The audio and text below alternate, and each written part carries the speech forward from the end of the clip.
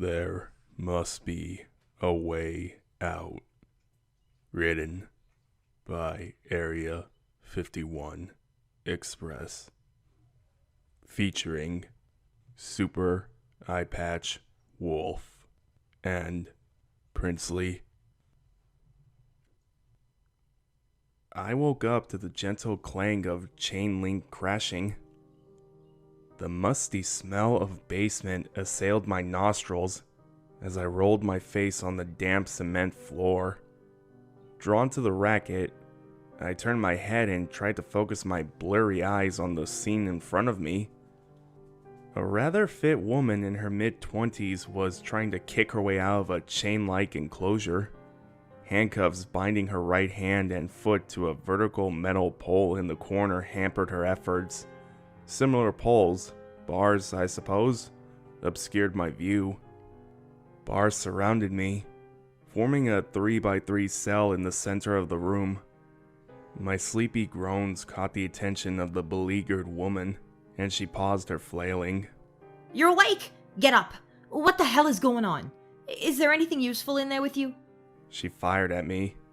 Easy, Rachel. Just give him half a second, will you? Said a tired voice behind me. I turned from the woman in the makeshift human kennel to the opposite side of the rectangular room. There was a heavy-set man in his 40s, casually sitting in the corner. His ankles were cuffed together and secured through a loop of rebar embedded in the floor. He gave me a weak smile and waved. Hello, and welcome to whatever the hell is going on, he said. I glanced right at the only obvious exit, a large metal door.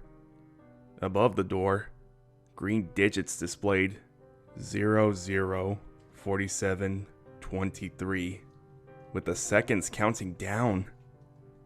The other major fixture was the bottom half of a shower stall, with semi-frosted glass positioned next to Rachel's cage. A gigantic, illuminated aquarium rested atop the stall. Rather obviously, a key suspended by a cork slowly drifted about the tank. A burlap sack sulked in the opposite corner. There was nothing in my cell apart from a circular drainage grate. The bars, like the poles that fortified the corners of Rachel's chain link enclosure, were built into the floor and ceiling. I rattled the door to my cell as I tried to assess the situation. My name's Percy, and this is Rachel, said the man in the corner.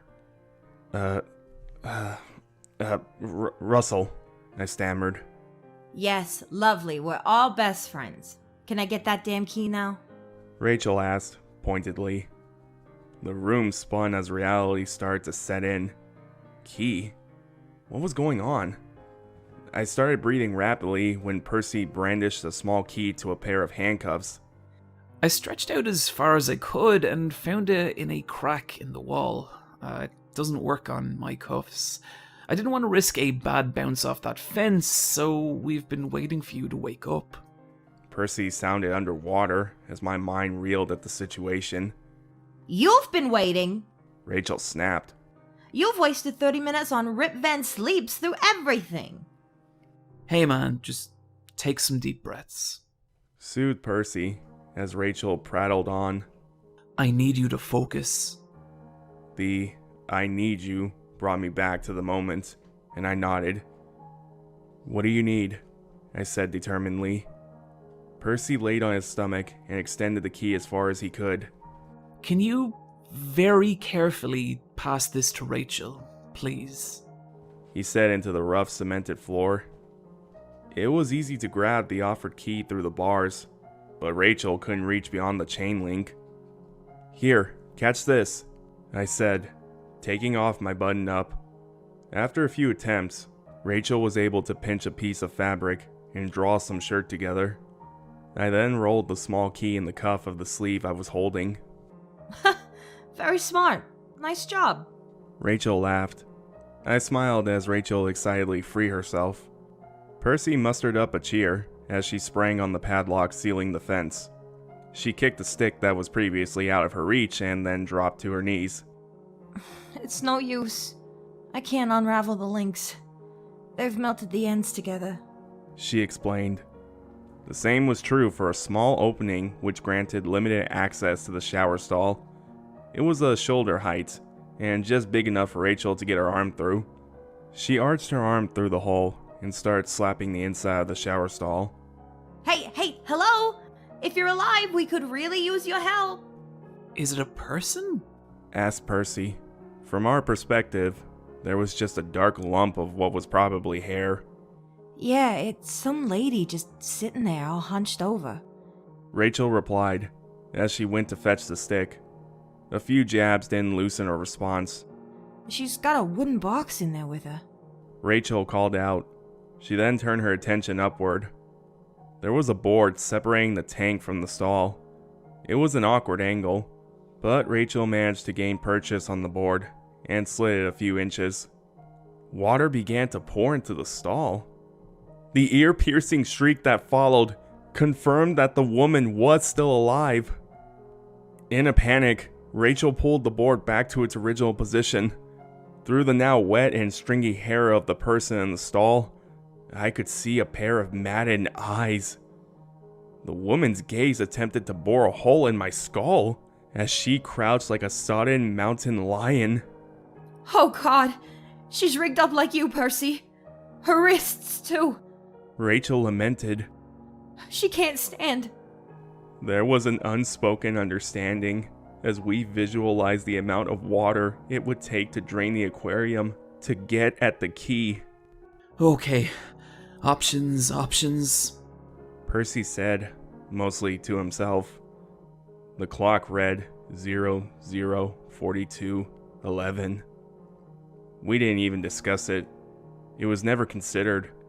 Sacrificing the strange woman for the key, not to mention the box that would have floated up.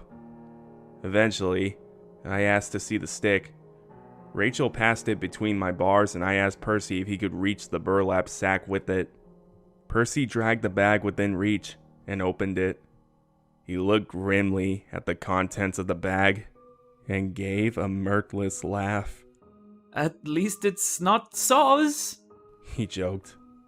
Percy upended the sack and dumped out 6 gray rats. Their long, turgid bodies thumped onto the floor. We all pondered the pile of rats for a while, until the air of understanding returned. Rachel broke the silence. We don't have time. There are keys in the rats, obviously. You're not going to arrange a pile of rat corpses in such a way that the doors stop popping open? Percy let out a slow breath. Alright, so why don't you find out? He said, attempting to pass a rat to me. I held up my hands to avoid touching the rat. Hey, those will never fit through the fence anyway, I said. He looked from me to Rachel, and then back to the rat he was holding. I told them that if I watched, let alone helped, I'd be out cold again. I heard squishing noises, and Rachel suggested ways to use the stick.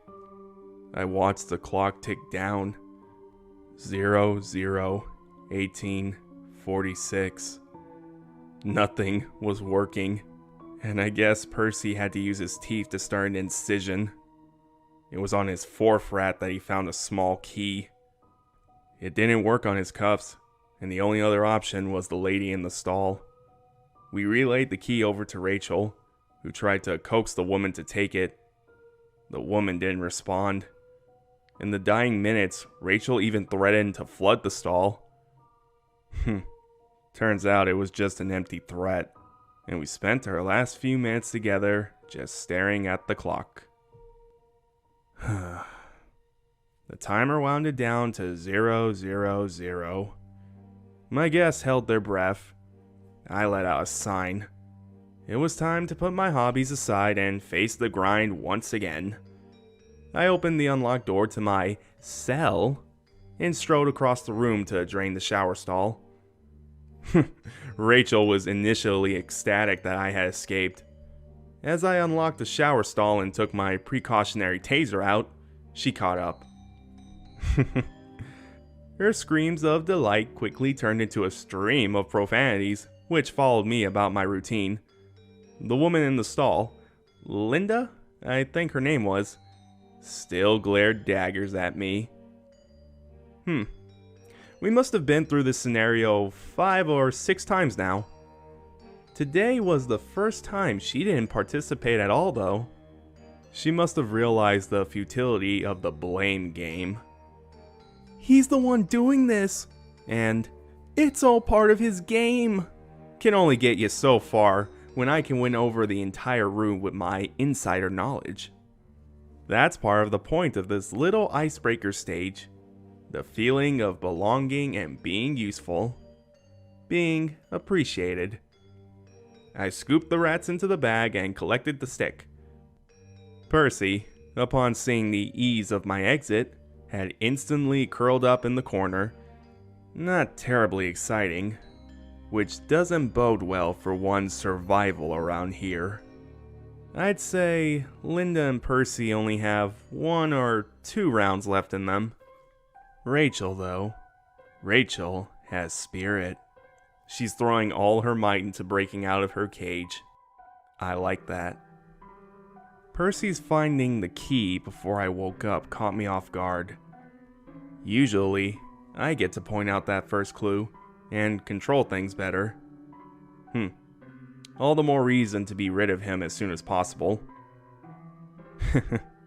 I chuckled to myself about being uneasy with some rat dissection. Oh, they're about to find out that I'm the furthest thing from squeamish. Rachel's mindless wailing was utterly silenced once I closed the heavy door to my basement. It pains me to leave them at such a tender time. To revel in it longer would be glorious. There must be a way out. There must be a way out of working so often. I'm out of vacation and sick days. I need to find a balance between my career and my vocation.